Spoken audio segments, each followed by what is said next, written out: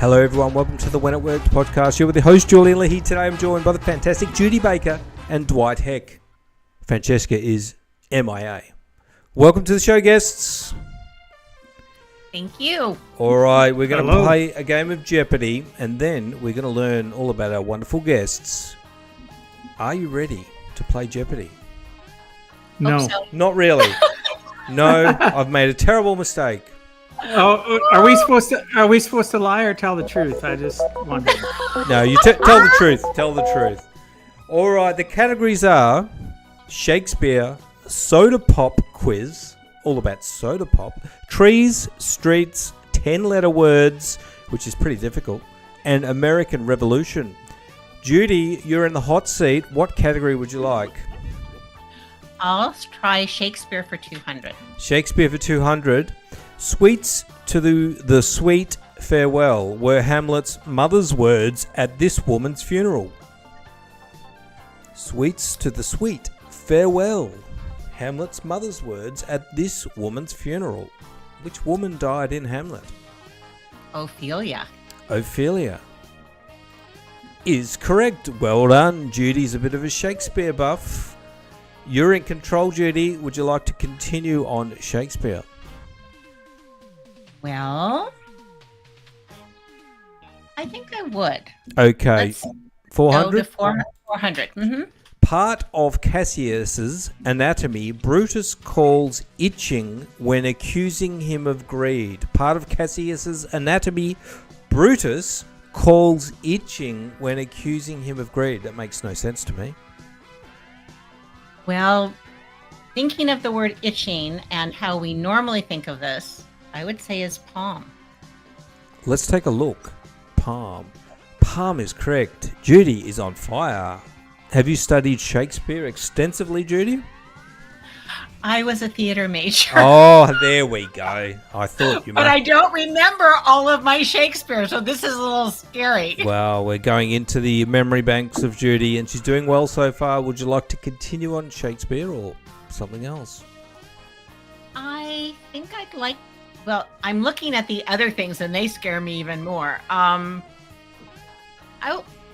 Let's do one more for right now. Shakespeare for 600. Other women cloy the appetites they feed, but she makes hungry where most she satisfies.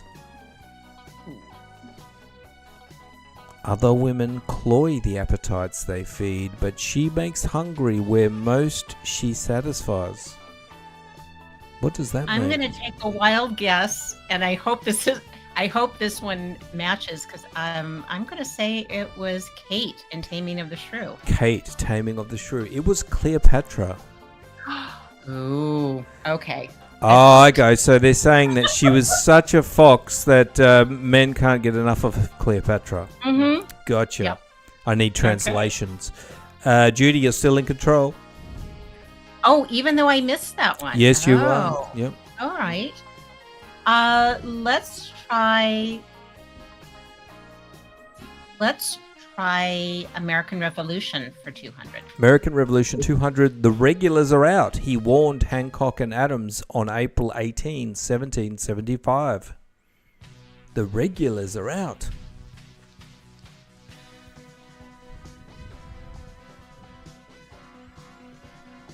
Beep, beep. I know. Time's up. Two things came to mind. Okay. Did you have one? If you got one, I'll let you guess. No, I had one. One was Benjamin Franklin. The other was Paul Revere. So. All right, I'm going to go with Benjamin Franklin, the first one. Okay. Paul Revere was the other one. Oh, you were so close. I know. You're still in control. Judy, what would you like? Why don't we go to streets for 200? And don't forget, Dwight, you can jump in if you know the answer. Financiers literally... I'm not an American, so I don't have a clue. Are you a Canuck? I'm a Canadian, yes, Canadian. I am. Okay. Financiers literally made a big impact on this street in October 1929. This one I do know, Wall Street. It's got to be Wall Street. Let's take a look. Judy is continuing the domination. Don't worry, Dwight. You'll get a chance soon. What would you like, Judy? Trees for 200. Trees for 200. Arboreal, symbol of strength. The mighty oak, Yes. and I'm surrounded by 5 different kinds on my property. The oak is correct. Well done, Judy. Trees for 400. Trees for 400. Of the tree of life, tree of knowledge, or the tree of righteousness, the one forbidden to Adam. Knowledge. Dwight, any idea? Sorry, I wasn't even. To be honest with you, I was tuned out. Are you asleep? Dwight, wake up. Well, have a coffee.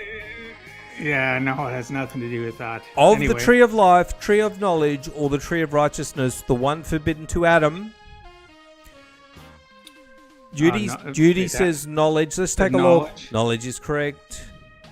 There you go. Judy, what would you like? Keep going on trees.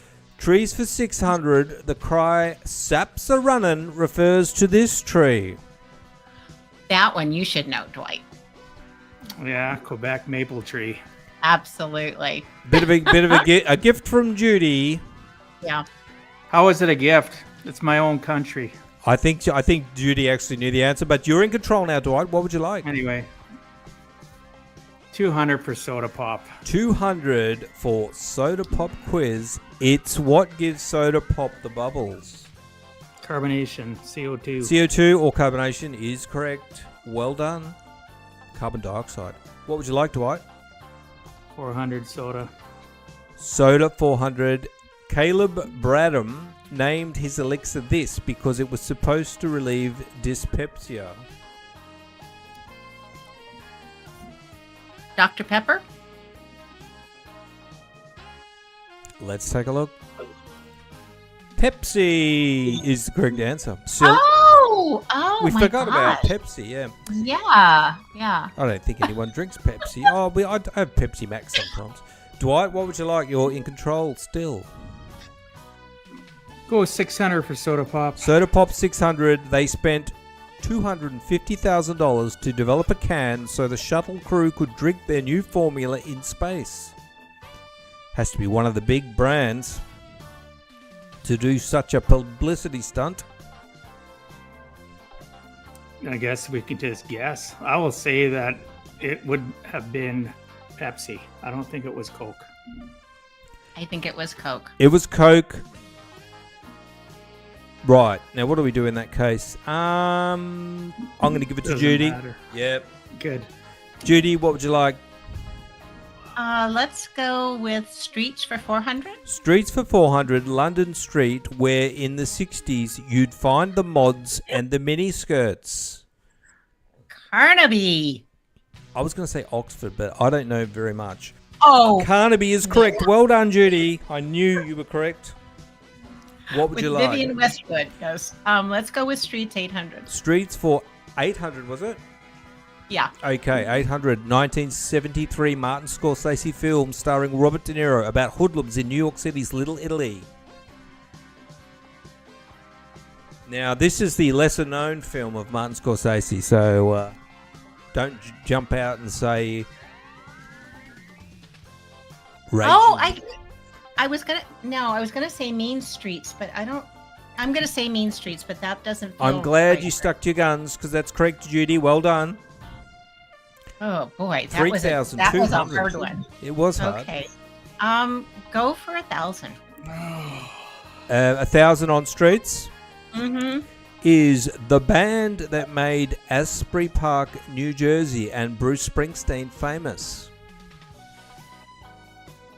What was the band named after a street? 59th Street Band. Dwight? The remember the big saxophonist guy? He died maybe 10 years ago. He was the kind of leader of that band. It's also had one of the Sopranos in it. E Street Band is the answer. Oh God, Clarence Clemens. That's the one. Yes. That's terrible. I know all the people in it. And I don't remember the name of the band. Okay. I saw Bruce live in Perth recently. It was great. Ooh. Judy, you're in control. What would you like? Do streets for 600. Streets for 600. In 1978, Jerry Rafferty found his way down this street. Do we know who Jerry Rafferty is? It's a very I actually do. Yeah. Irish name. It's Beacon Street. Which one? Beacon. And where is that? I'm not sure.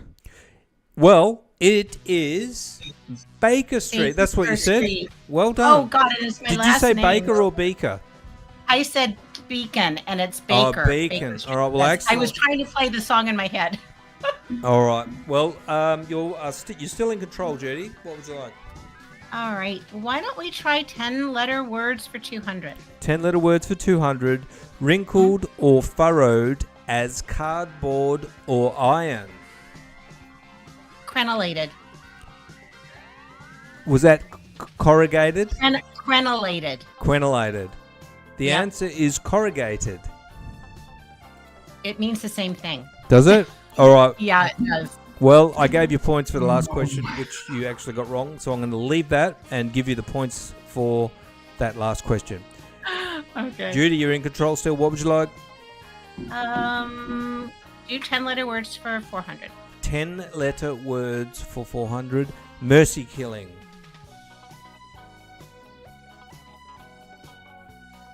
What we do, well, in some countries in Europe, they do this for people that are terminally ill. It's euthanasia. Euthanasia is correct. It's a bit of a grim question. You're in control, Judy. What would you like? Do 10-letter words for 600. 10-letter words for 600 are at record companies. It's what the R in A&R stands for. Research. Let's take a look. Repertoire is the correct answer. Oh, okay. What does the A stand for? Who knows? Who knows? Yeah. Yeah. Judy, what would you like? Why don't we try Shakespeare for 800? 800 for, what was it? Shakespeare. Shakespeare for 800. Susanna and the twins Hamnet and Judith. Hamnet or Hamlet? It says Hamnet. Well, it must be a misspelling. Yeah. And I'm going, okay, I know Two Gentlemen of Verona. It's not from that. I don't know. Let's take a look. It is Shakespeare's Children. That was kind of a giveaway, wasn't it? Maybe it was meant to be Hamnet. Yeah. All right, Judy, what would you like? Do Shakespeare for 1,000. Shakespeare for 1,000. The lines and thereby hangs the tale and all the world's a stage come from this comedy.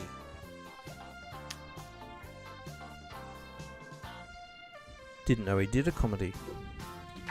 All He the did a world's lot a of stage. comedies. I know. So we got Hamlet. We've got Midsummer Night's Dream. Is that Shakespeare? Yes, it is. And Othello. Or is he just Othello's in not a Hamlet? No. Othello is not a comedy. Then I would go with Midsummer Night's Dream, but All right, let's have a look. It is What is As You Like It? Have you heard of As You Like It? yes. Must be one of the lesser known works. Yes. Never heard of that one. All right, Judy, what would you like? Oh, let's see. Let's go for Trees 800. Trees for 800, continent on which the densest, tallest, and most valuable stand of timber is found. Where's the best wood come from? Continent. I'm going to say, because I'm thinking ebony. Ebony. Where's Yeah, ebony from? I want to say it's from Africa. Africa. Okay. I would guess South America just because of the Amazon, but I don't know if they're the best trees. Let's take a look. It is North America. So the USA plus Canada has the best trees. What'd that be? Mahogany or something? Oaks? Who knows? Mahogany is not in North America. Oh, it's not. I think we got that No. down. We got that down here. Okay, it's okay. All right, Judy. What would you like? Let's try 10-letter words for 800. 10-letter words for 800 in Latin. Rosa, rose, rosam, for example. Oh. Conjugation? It is... Wow. I can't Oh, even- wait. Hold on. Hold on. Oh God, I was gonna. It's not genus either. I can't think of a 10-letter. It is declension. No. It's what is it? Declension. Never heard of it. Nope. Very That's tough questions today. Judy, you're in control still. What would you like? Go back to trees. Trees for 1,000. Hindu for trader. This unusual tree whose branches grow down can look like a mini forest. Starts with a B. I know. I was gonna say, it's not a. Oh, I think you're going to say it. I mean, what's coming in my head is Bilbao, but I don't know if that's quite right. It's not. Yeah, the correct It answer does- is banyan. Thank you. I was seeing the banyan in Hawaii, so that's what came in my head.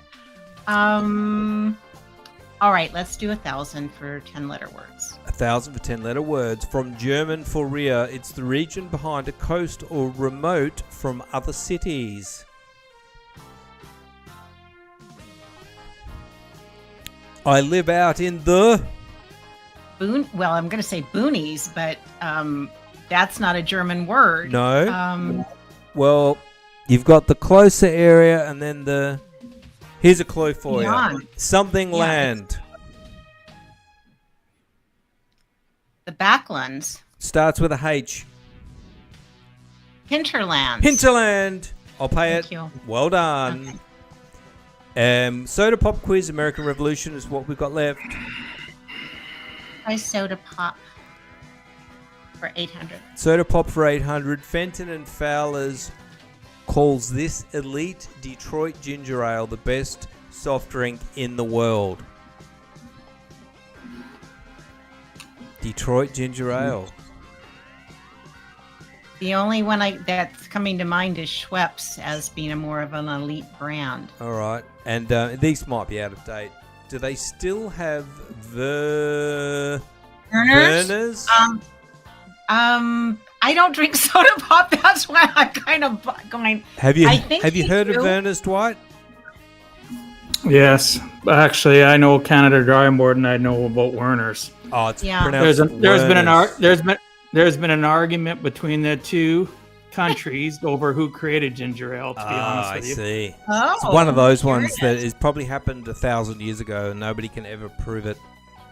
Yeah. All right, you're still in control, Judy. All right. Do 1,000 on soda pop. Soda pop. It was Mhm. originally called Bib Label Lithiated Lemon Lime Soda. That's got to be 7-Up. Let's take a look. 7-Up is correct. Well done. What a long name. I'm glad they changed it. Goodness. All right, we'll do one more question. Dwight looks like he needs to be put out of I his don't- misery. Oh, One my more gosh. question. I'm not into trivia at all. Just to be honest with you. Anyway, Go to My American brain. Revolution. American Revolution 400. General Howe faced him in Brandywine, Germantown, and Long Island battles. Oh gosh. I cannot think of the names of any of the English generals. It is George Washington. The original. Oh, but I had it flipped. You Yeah. had it flipped. Yeah. Now he was the first Yeah. president, wasn't Abraham? Or was it Abraham Lincoln? Which one was the first one? Washington. Washington. Lincoln didn't happen until 200 years old. Well, Yeah. It's not doesn't really come into things down here. Well, I'm going to wrap things up now because I feel like Dwight's going to fall asleep. All right, thanks for playing, guests. Let's have a round of applause for our guests. Well done, Judy. We won't even talk about the scores. All right, Judy. Now tell us a little bit about what you're up to, and let's have a look at your website. 15 ways to monetize. So you help people who want to write a book. Now, a lot of people try to write a book, and they do write a book, but then nothing happens. So what are they doing wrong? There can be a number of different things, and that's part of what I look at is how did they publish the book? What was their promise with the book? And I mostly work with nonfiction authors. And did they let people know that they actually published, or did they just put it up for sale somewhere without getting the word out and enlisting their friends, their families, their clients, their audience? Go ahead. Do you think that to have a successful book launch, you need to have a significant or a budget, or can people do it, bootstrap style, just through word of mouth? What is the one thing or the three things perhaps that people need to do to get visibility with their book launch? Well, one of the number one things is to be sure you know what your message is and who your book is for. If you're, just as you wouldn't go to a tire store to buy shoes, you would be going to the right place. So you want to be sure your book is showing up where the people who would likely want to read it are. And you know what? There are many people who have published books and it's never been for sale publicly. They've sold to companies, to associations, so they know who exactly their market is. So it's knowing your market, knowing the issues that matter to them, and being very clear that you are the expert. You're the person, the best person for delivering the information inside of that book. And what's the process for really niching down on the topic of your book so that it speaks to certain people? Doing some testing, doing your research. For instance, I was talking to another coach today, and we were talking about how you can use workshops to sell into your larger programs. And you do some testing. You put out questions. You can do surveys. You can do,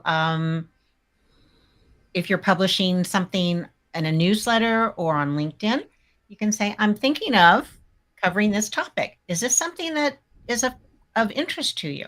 And doing research on what is selling currently. There's lots of places to find that data.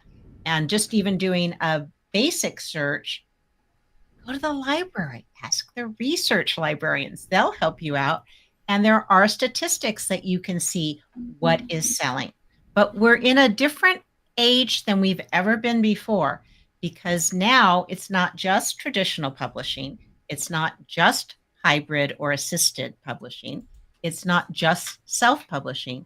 We're seeing people do crowdfunding, and we're seeing people release things on a subscription, which is kind of an older model that's made a resurfacing.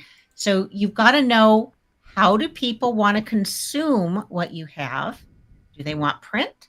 Do they want audio? Do they want an ebook? Where are they, and what are they going to do with your information? And then give it to them in the way that they want it. And they may want it in all of those formats.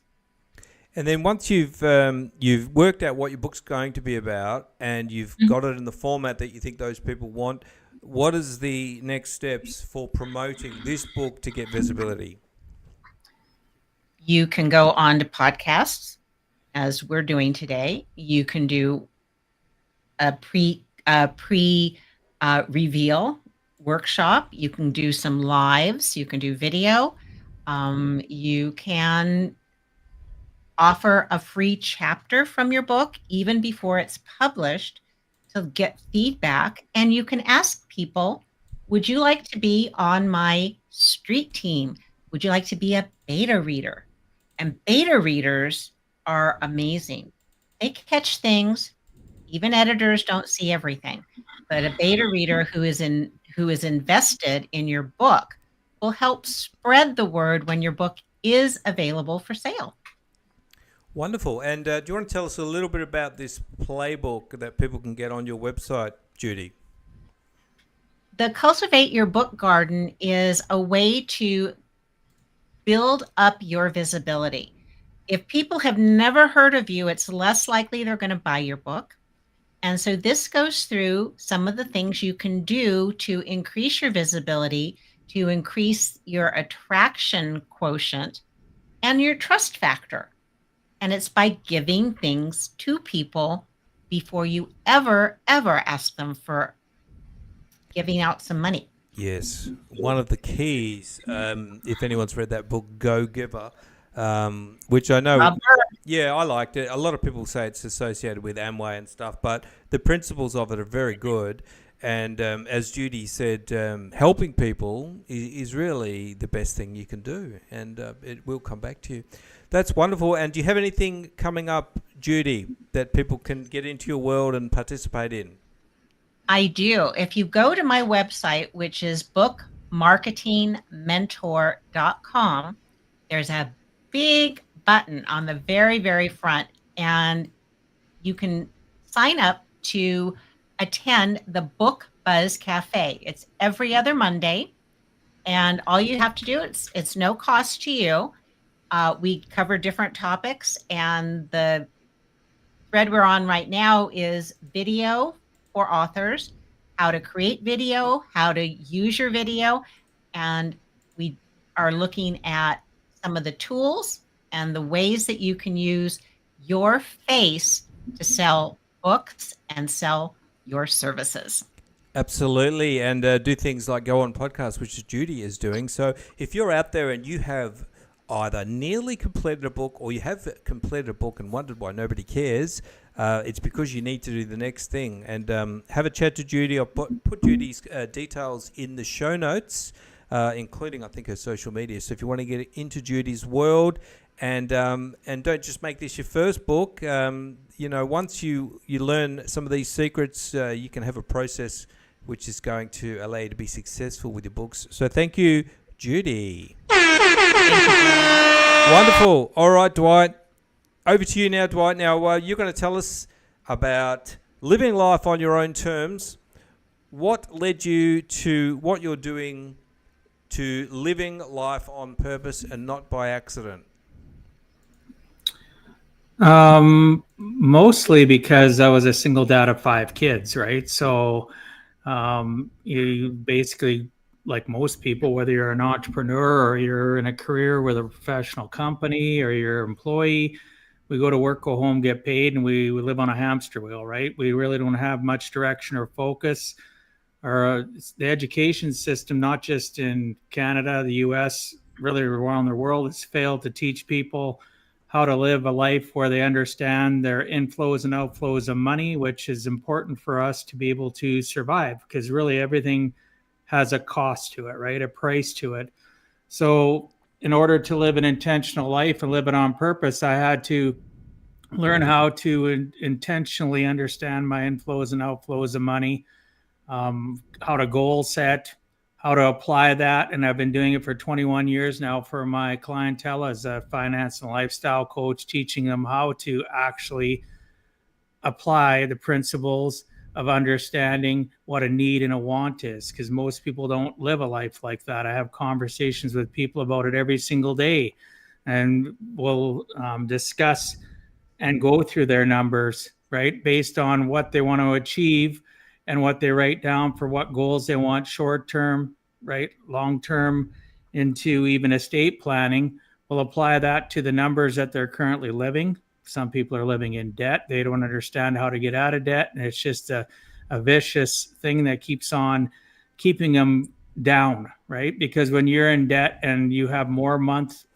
days in the month than you have money, it affects your 6 inches between your ears. And when your 6 inches between your ears is affected, it causes you to act differently around your significant other, your family. You treat your job differently. You even treat, if you have a business, you treat clients differently because you're not necessarily giving the best of you when money is controlling your mindset, right? So it's important for people to live a life on purpose, to learn how to actually live within their means. If they make $1, don't spend $1.20 every single month and expect that you're going to get ahead in life, right?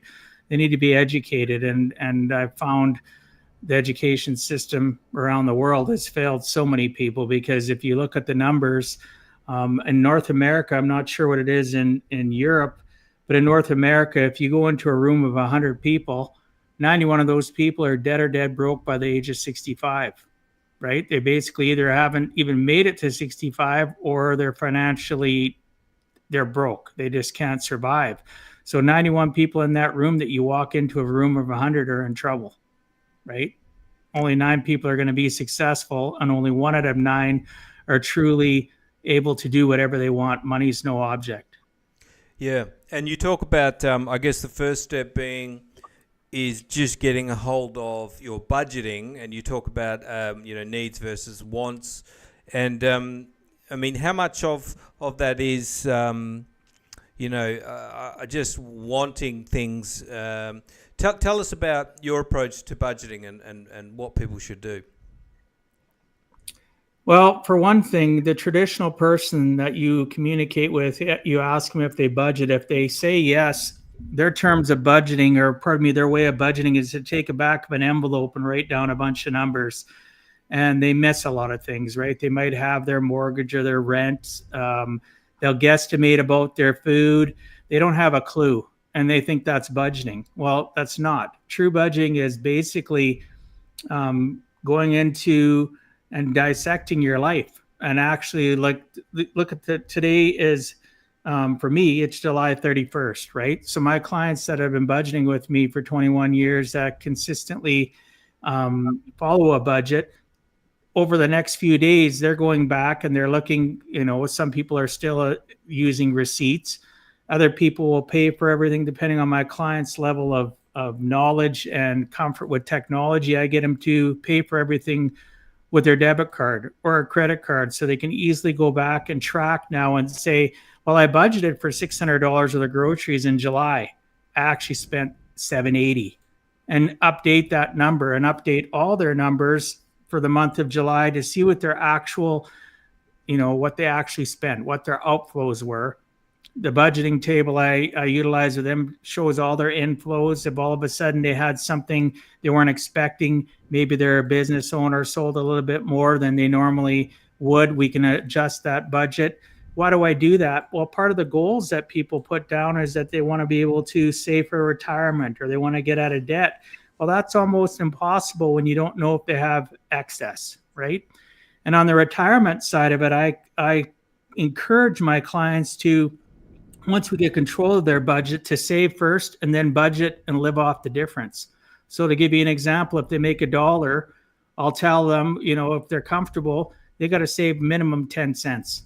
And then they budget and live off of 90 cents. And as we go through their budget, and they need to learn how to free up money, we go through specifically their cell phone bills, their data bills. We go through how much they're spending on entertainment and teach them how to free up money so that they can live within that 90% and not affect the savings that they're saving for retirement, or for maybe for once in their life, a paid off vacation. You'd be shocked how many people have never gone on a paid off vacation. They literally are using a credit card and then spend the next 1, 2, 3 years to pay off that vacation, right? There's no forethought. There's no planning to understand their numbers to make sure they live a purposeful life with intent. And so tell us what you do with the Give a Heck Foundation. Is that like your group that where you talk about budgeting and things like that? Well, my Give a Heck brand itself is based on my finance business, my lifestyle coaching, my speaking business. My podcast is called Give a Heck. It's all based on attracting people, not necessarily always in the finance world. Sometimes it's based on people that don't know how to live a life. Like in essence, they go to bed at night in quiet desperation. They wake up in the morning in quiet desperation. They're living on that hamster wheel. It may have started by money. Even when they get their money house in order, they still have challenges. So I do have a closed Facebook group that people can join. I will have calls where we get together and we have those discussions in regards to what's affecting them. Okay, John, Sally, we've got your money under control, or it doesn't matter where they live in the world. what's going on in your life? You still don't seem happy. Because everybody thinks that money buys happiness. It doesn't. Sometimes they have monsters besides the money monster in their life. It could be a life monster. Maybe they were bullied as a kid and they just need to be able to communicate. I may not have the answers for them, but as a group of people, I can direct them to, sometimes now, because I'm 200 episodes in, I can direct them to podcast guests that specialize, right? I have guests that have been on that have been empathy coaches. I've been guests that I've been on that help people deal with narcissism that's been in their life. Maybe they've lived with family that's been that way, or been with a significant other and they don't know how to escape, or they have escaped but don't have the courage to go and seek professional help. So I can direct them toward other professionals. So the Give a Heck brand is so much more than just the finance world. It's about literally listening to people and meeting them where they're at and directing them and being a mediator or a person that's a facilitator to go to get the help that they need, that they have somebody in their corner, right? And what's the best way to get into the Give a Heck world, Dwight? Should they go to your podcast, or should they just go to my website? Just go to giveaheck.com. Right, there's everything and anything. They can find my podcast there. They can find what I do in regards to my coaching. They can find out about my speaking. They can find it all at one stop shop, right? Wonderful. Well, all of those details are in the show notes. Thank you very much, Dwight, for coming on. Dwight Heck, everybody. All right, thanks guests. Julian. I'm going to wrap things up now. Thanks for listening and watching. See you next time. Bye.